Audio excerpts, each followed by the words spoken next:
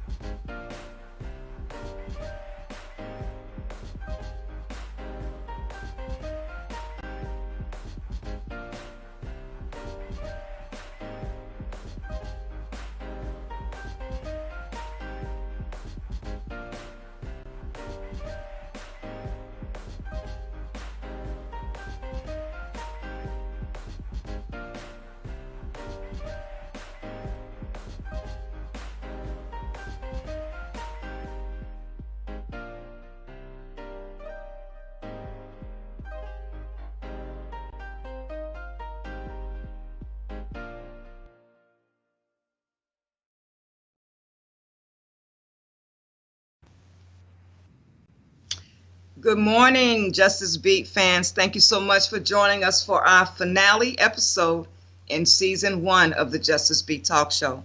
We are so very excited to have you back with us again.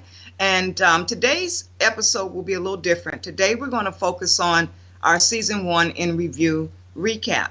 And you also will get a chance to meet the behind the scenes technical production assistant, Bobby Murphy. He's going to also weigh in on some of his favorite episodes, guest topics, bloopers, and give us a perspective from behind the scenes about what it takes to really create an online show using Facebook live stream. Bobby, you there? Yes, I am. Okay, great. Wait, All right. webcam on real quick. Okay, sure.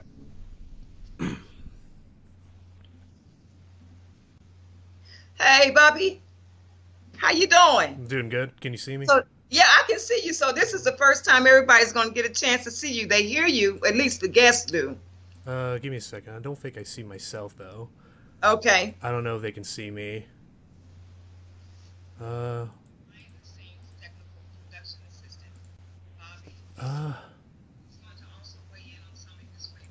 They might not. I don't know if maybe Skype won't show myself. Okay. It might just Well, they'll only. at least be able to hear you. Okay.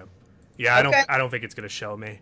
Okay. All right. Great. So look, let's talk a little bit about your time with the show before we get into some of the favorite shows and recapping the episodes. Okay. So, Bobby, what have you thought about your time with the show? You've been with us since the first episode in February, which I believe was February 1st. Mm-hmm. And I'm just curious because we've had to rock and roll for about the last 4 months, and you've really kept everything going. Yeah, definitely. It's been an enjoyable ride for sure. I mean, going into an actual kind of studio was definitely different from being in just a classroom. Mm-hmm. And even though we didn't use the studio for a whole long because of the COVID-19 stuff, doing it online was still fun. Right. And it was still enjoyable, and it was definitely a different experience. A lot of people have been doing this stuff as well, like news stations, TV shows. Like, all of them have swapped over to online. Yeah, So- yeah. And we didn't miss a beat though. See, a lot of folks who were doing online or doing live shows, I noticed some of the ones that I followed, there was a break in some of their broadcasting for about a 2 to 3 week period. However, there we go. however, we kept going seamlessly without a break in the show. And for that, I thank God for, because one of the things you don't want to have is a break in your broadcasting, because you'll lose your viewership or your listening audience. Right.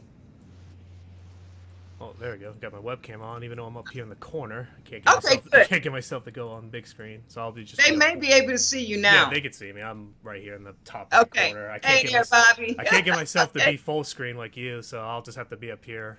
Okay. Now you were a little blurred for a minute, but now it's cleared up. Okay. Yeah, it does that a lot. I have to not touch my table when I do that.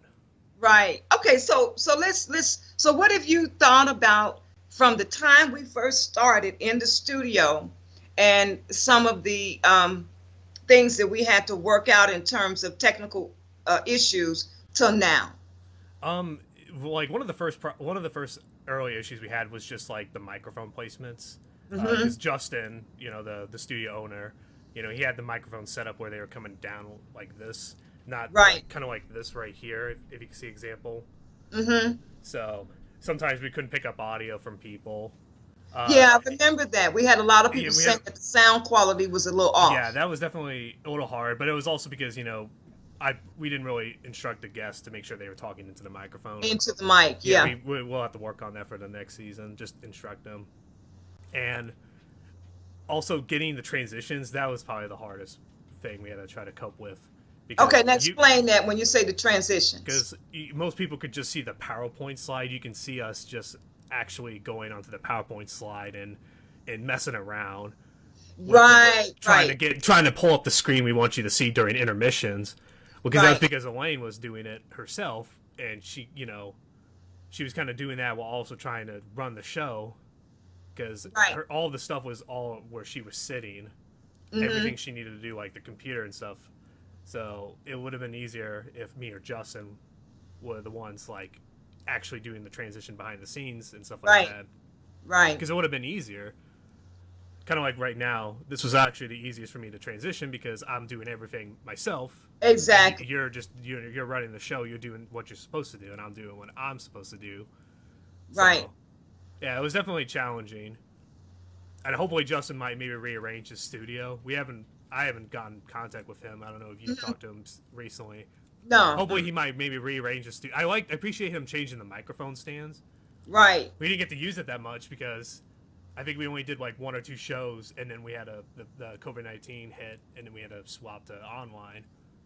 I think we did all of February. Yeah, we did all of February and maybe early March. Yeah, like one show in March.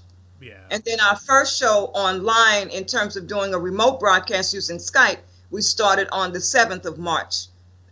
So we did about maybe 5 shows live in studio. Right. And that was a good point that you made, because I was having to try to pay attention to the guests, make sure I was remembering what I wanted to say and or ask the guests, and trying to go to commercial break and other aspects of the show.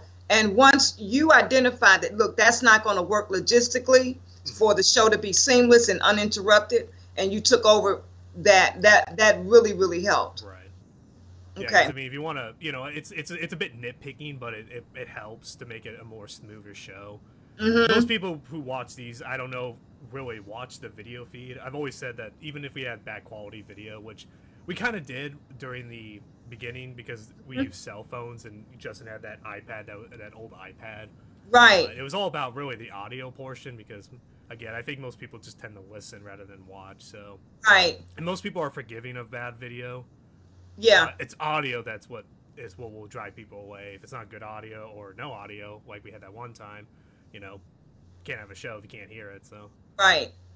So okay, so just to kind of bring our listening audience up to speed, what we're doing right now is I wanted to give Bobby an opportunity to be seen by the listening audience, people to meet him, to know who was the technical brains behind the show, and to give some of his perspectives about where we've come from the beginning to now, and some of the logistical things that we had to kind of work out. Also, our need to kind of step back and decide very early on, but quickly, whether or not we would remain live in studio or go to a completely remote broadcast, given the climate that we're in around COVID-19. So I thought it would help a little bit to give the audience an opportunity to see what it takes to really pull this off. So Bobby, so now as far as an internship, how has this been for you in terms of solidifying what you have learned academically in the classroom? I think the internship taught me more than what UMSL would have had to offer. Okay. I don't think, during this situation, UMSL wouldn't have done anything with like an online version of trying to run a media source. We do everything in a studio. So we have like a studio with like 3 big cameras. It's just the whole wall is like painted with like a green screen like that one behind me. Okay. So it's like a regular studio like you would shoot in a TV show. But they never offer anything like how to do stuff remotely, like what we're doing. Yeah. Luckily, I had kind of background knowledge of it, like with the software, the open broadcast software, which is what I use to do the stream. That's not taught at college campus, or at least at UMSL. Right. So, and it's also nicer to be in some sort of work field rather than in a classroom. Yeah. So you get that experiential learning, that hands-on stuff. Right. I mean, the academic piece it has its place, definitely. Right. But to be able to take the knowledge and put it forth in the application of that knowledge is even better, and to reinforce it through repetition, which is what I think the show allowed you to be able to do from show to show to show. Okay, that's great. And then that's something that I was looking forward to in terms of what your experience would be like, from the point of planning a show to securing guests, to also providing the PowerPoints, the promo slides, and then tell the audience what you often do during the week. Once we have finished taping live on Saturdays, what does your week look like in relation to the previous week's show? So usually what I do during the week after the show is I grab the live stream, I download it, I take it into an editing software, I make a few edits. We don't really do much, I don't do much fancy editing for this because it's just a simple show. I just take out some of the needless things like the intermissions usually. Right. I take out the intermissions because, that's not needed during an actual video. Right. I kind of add some effects, like I usually add like a dip to black intro in the beginning and like a dip to black outro. Right. Maybe any audio that needs to be fixing, I do that, but luckily during the live streams we've been doing online, the audios have been fine, so I haven't really had to do much with the main editing. It's more or less just exporting it and then rendering it and then uploading it. That's what takes the longest, because these shows go for like an hour long, and usually the longer the video, the longer it's going to take to do that stuff. And so also, I also do like I also use Photoshop. When we take pictures, I go in, and we used to have like that green screen back there at the studio. Right. We used to take photos with the guests after the show, and I would edit the St. Louis Arch background. Well, we haven't been able to do that, so we just kind of had to get creative. So I just took the Skype. I just been doing like I do a print screen, which is just you can take a screenshot of your window. I put it into a program called Paint. I have to save it and then go in, I had to like crop it and then cut out some pieces. Okay. And just grab your faces and then put it on the background On with the stainless art. background, It right? looks a little weird taking pictures whenever we do pose. I always say, okay, Right. let's do a pose picture, and I'm sitting here not using a camera. I'm sitting here just pressing on a keyboard. Right. To take a picture. Right. But that's the beauty of knowing how to be flexible enough and adjust when you need to, and be creative and innovative when you don't have what you're accustomed to. Right. So we made that shift from the live in studio to remote. You were absolutely brilliant and on point in terms of how do we still maintain what we had before and still make it available, and what do we do and use to do that, and it's been great. I mean, absolutely great. Yeah. So okay, so we talked about the beginning, the middle, COVID-19, remote broadcasting, logistical things. What would you say was your favorite or favorites? It don't have to just be one episode to work on. I think all of them were fun to work on. In terms of the content, because it was pretty much all the same in terms of doing the same thing again and again. Just improving over time. But I think in terms of the content-wise, I think my favorite would be the one where we had Ricky Kidd. Okay. And the reason why is that is because I was sitting there kind of just listening to his story, and how he was he was accused of, like, I think, was it a double murder or yes, exactly, a double murder that he didn't do, and he spent 20 plus years, I think, away in prison, and there was that time where he almost thought he was going to get out, and no, he was just denied, and he had to wait like, what was it, another 10 years, I think? Yeah, I think it was another 12 years. Yeah, and I just thought that was like, I was just very upset, because I'm like, I can never imagine losing 20 plus years of my life just taken away like that. Right. Especially for someone you don't do. And I mean, there's a lot of other people who are wrongfully convicted and just, right. They lose all their, what, I mean, I'm glad he's doing well with him and his daughter. I'm glad his right. daughter, I'm glad they have a healthy relationship. That must have been really hard for sure. I was like, I don't know how you could ever met your child in a prison cell. Exactly. From two sides like that. Yeah. And I mean, I'm just glad that they're doing all right. I'm hoping they'll continue doing what they're doing. Right. And like I said, it's just hard to imagine, Yeah, and she was an infant when he went away. Yeah. So that, she had no knowledge of him. And matter of fact, I highlight them on our show page. I changed out the St. Louis background on the show page and put a slideshow in of previous shows that we've done, and he's one of the ones that I highlighted, so it's interesting that you brought that up.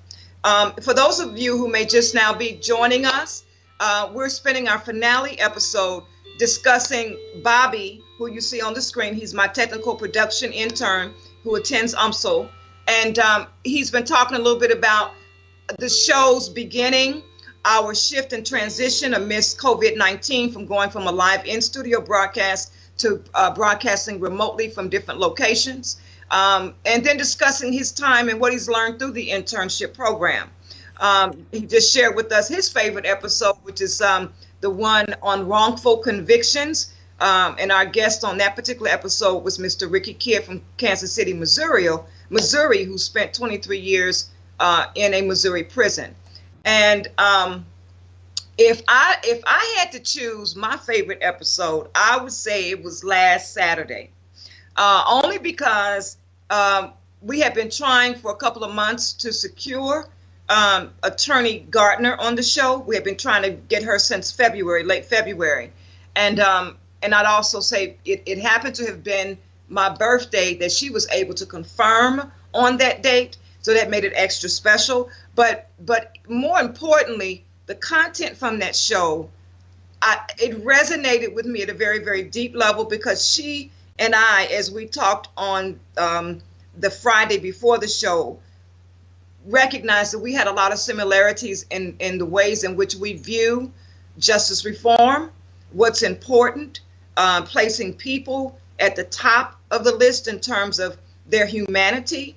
And so that show really, really helped me to see that she's not only in the law enforcement community, the justice community, but she is bringing a perspective to justice reform that is not often brought which is seeing people as people and not just a number. So, and then also her background as a nurse, and the fact that she really understands some of the medical issues and concerns that people have who are incarcerated, and just her overall humanity towards justice reform was refreshing. And so that was one of my favorite shows. I'd have to say my favorite guest, or one of the ones that stands out the most, would be Mr. Ricky Kidd. You gotta reword that differently, make sure no one, the other guests aren't watching. Yeah, I know, right? I had to say that like nobody else was favorite, but I would say most right. memorable. Please, Kidd, don't bash us. But one of my memorable episodes was Mr. Ricky Kidd, because anytime you're dealing with a wrongful conviction and you have lost 23 years of your life, I don't know how that cannot resonate with anyone, no matter what your perspectives or positions may be on justice issues. Just the wrongfulness of that conviction should just resonate with you at a very heightened level. And I enjoyed meeting his daughter, who just was a refreshing perspective, had a refreshing perspective on how important it was for her to connect with her father, even though she was an infant at the time. So that was one of my most memorable episodes. Yeah. So, what was your favorite topic? Favorite topic, I probably would say maybe the wrongful convictions again. Okay. I just feel like that's just a more interesting topic, because it shows that something's wrong with our justice reform system when we have these people, convicted of felonies that they don't do, and spend all those years. Because I mean, it's not just Ricky Kidd. I mean, I'm positive there's a lot of other stories over the years of people getting out for stuff they haven't done, trying to get themselves back to society. It's just interesting to see, because it's almost, I just can't relate to it, and I just want to know, what is it like? Right. I mean, there's just so much to it. And it's not. I think it's pretty much consistent that you would choose that as one of your favorite topics, because we did a poll on the show page, and wrongful convictions was the number one concern of everyone that responded to that poll. Right. Not that the other issues were not as concerning, but that was the number one. Yeah. Yeah. So if you are joining us again, we are recapping season 1. This is our finale episode in season 1. Over the summer months, we will be spending time laying the foundation for developing the content for season 2, which will kick off in September 2020. If you have been following us on our show page, we have recently posted and announced the addition of 2 additional interns that will be coming on board this summer. Chrissy Guthrie, who attends SLU Law School, and she will be serving as our video digest content creator. And then we have also joining us Miss Stephanie Kim, who will be our social media and production assistant, and she'll be joining us this summer as well. So we have a lot of things planned going forward. Season 2 will be spectacular. We plan to do a little bit of, I would just, not to give it away, some rebranding, new looks, new intros. So talk the show up. We're also interested in you weighing in on recommended topics of discussion for season 2. If you did not get a chance to join us by Skype during the 9:40 a.m. to 9:55 time period, please use our Facebook chat comment section to let us know about some topics you'd like for us to further explore, or even if you want us to do some part 2 discussions of topics that were featured in the season 1 time period. Okay, Bobby, you have anything else you'd like to add? Just thank you for giving me this opportunity, Elaine. I appreciate it. It was a lot of fun. And like I said before, it's just more enjoyable to do something like this rather than be in a classroom. Right. So, and I'm looking forward to the fall. Right. And yeah. Go ahead. I'm sorry, Bobby. And like I said, hopefully things die down by then. Hopefully we can get back into the studio and I know. Do a proper studio show again. Right. Did you happen to put up the poll so maybe we can get some of the viewers to respond to, I mean, not the poll, but the questions? Yeah, it looks like I can only do one at a time, though. Oh, really? So I have right now, the question up right now is, what was your favorite season 1 episode? Okay. And please let us know if you can see the question. If you cannot, please let us know. As Bobby mentioned, he's going to be rejoining us. He initially signed up for the spring semester for the internship, and then midway he asked about coming back in season 2. So I'm going to be thrilled to have someone still on the production team with institutional knowledge about how the show operates and runs. So definitely, Bobby, you take some time during the summer, enjoy yourself, do that Saturday. I think Saturday you said you play sports or something, which you gave up for the show this semester. No, I play board games with my friends. Board games with my friends on Saturdays. Yeah, I was able to actually play with them during this because we swapped to doing it online rather than meeting up because of the COVID-19 stuff. So I was able to go back and play after. I literally did it after we were done. After we were finished everything here, I immediately just go and jump in and play with them. Okay. So, okay. Yeah. All right. Cool. So again, this particular finale episode is short. We just really wanted to have an opportunity to discuss and let you all see what it takes to put together an online show. Me, Bobby, discuss some of the previous episodes and get your feedback. If you're still thinking and maybe you want to go visit our YouTube channel where you can review previous episodes, and you can still give us some feedback on your favorite episodes plural, guests and topics, and even share with us at a later date via our show page topics that you'd like to see us discuss moving forward. So again, we thank you for joining us in our finale episode in season 1, our season 1 in review. And Bobby, do you have anything you'd like to close out with? No, not really. I just want to say thanks for coming by. Really appreciate everyone watching the show. All right. Thank you so much. Again, thank you for being our #1 fans. Spread the word, like, and share our content. We will be re-airing our shows during the summer months, beginning May 31st through August 29th. We were able to produce 14 episodes in season 1. So every Saturday at the same time, the shows will replay on Saturdays at 10 a.m., rebroadcast via Facebook live stream, as well as on Hot 365 here in St. Louis, Missouri. So you'll be able to catch all the replays during the summer months if you missed any episodes, and be able to also do watch parties and share the content. We will be back the first Monday after Labor Day, September 2020. We'll keep you posted on our progress throughout the summer, and you'll be hearing from us. We may do some pop-ups, some video, digital casting of what we're doing, our meetings, and get to see how we're working over the summer. Thank you so much, Justice Beat fans, for joining us. God bless, and be safe out there. All right, take care, everyone. We'll see you in the fall.